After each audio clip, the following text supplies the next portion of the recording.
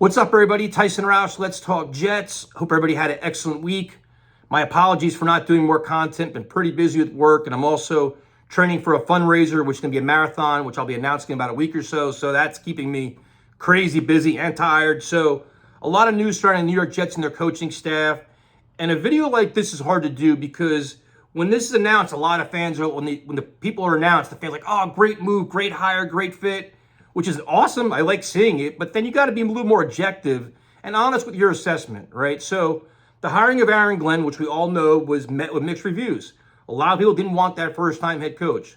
But if you hire that first-time head coach, your goal is to have a lot of senior assistants and veteran, colleagues behind him to help build the staff and speed up the learning curve and get his structure and program in place as fast as possible.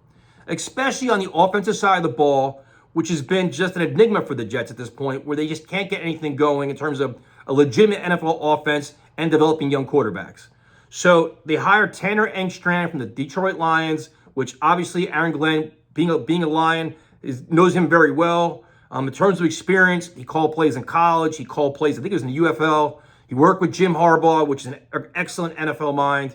But in terms of NFL experience, he's a passing game coordinator who's known to be very innovative and creative. In terms of NFL experience calling plays, he doesn't have that. And to me, that's a little bothersome. It makes you uncomfortable. So I guess in this case, you got to trust Aaron Glenn that he knows what he sees and what he's capable of, and you move on from there. So if you're going to go with that, then you say, okay, well, then the offensive line coach has got to be a big-time hire here. And a lot of names were mentioned, whether it's, and the other thing, too, with the offensive coordinator, a lot of people are going to say, well, if you didn't like it, who would you want? And I know there's rumors like Doug Peterson would take a job. I know Frank Reich's out there. There's a lot of other veteran minds out there that you could maybe justify. They're not going to be slam dunk hires because the thing is, the Jets' job is not one that a lot of people want. And the reason why is you don't have a quarterback. A lot of people don't want to put their name on the unknown when you're going to be criticized pretty much right off the bat. So back to the O-line coach, all right, if you have a first-time coordinator and a first-time head coach, maybe you need that really strong offensive line coach for two reasons. First of all, you want to develop Olu and Tippmann, get the most out of your young players and develop them. But also, if your coordinator leaves, maybe you could step up. Now, keep in mind, Tanner Engstrand wasn't promoted on the Lions. They went out and got John Morton. They got David Shaw. So they didn't promote from within, which could be a red flag if we're being really honest. So for the O-line coach, Aaron Glenn stayed with the Lions, and he brought in Steve Hyden, who was a tight ends coach. He was an assistant line coach for O-line coach for 1 year. And to me, it's like, all right, you have the familiarity of all these three gentlemen that all worked with the Lions. But in terms of experience, I'm just left wanting more. I'm just being honest. I'm not hating on it. People are going to say, who do you want? I don't study O-line coaches. I'm just going based on resume. I know people said, but what about Munchak? I mean, but fine. But it's just like I remember back in the day where everybody wanted Bill Callahan. You want these great, experienced offensive line coaches. And the Jets went this route with Steve Hyden. He's a former player. Like, the one thing you notice with Aaron Glenn, a lot of his guys on his staff are former players, which makes them a lot more relatable. And that seems to be the new age thing to do in the NFL. Wide receiver coach, they're keeping Sean Jefferson, who I know a lot of people like, including Garrett Wilson. Maybe that helps him stay instead of being traded or requesting a trade. The only thing I know is the Jets were amongst the league leaders in drop passes last year, whether that's an accountability thing or a lack of focus or whatever it was, but that has to be cleaned up. And also, you got to figure you may have to develop a lot of young receivers here if Davante Adams leaves and Allen Lazard gets cut. So other than that, you're looking at the staff, you need to get some kind of veteran guy in here, maybe like assistant head coach. I know Todd Haley was mentioned, but you've got to bring in somebody here. And you really want to put the quarterback coach too, because again, when you have, Engstrand's kind of new at this. I mean, he has a quarterback coach background, but I think you need a lot of strong minds on that side of the building to get this figured out.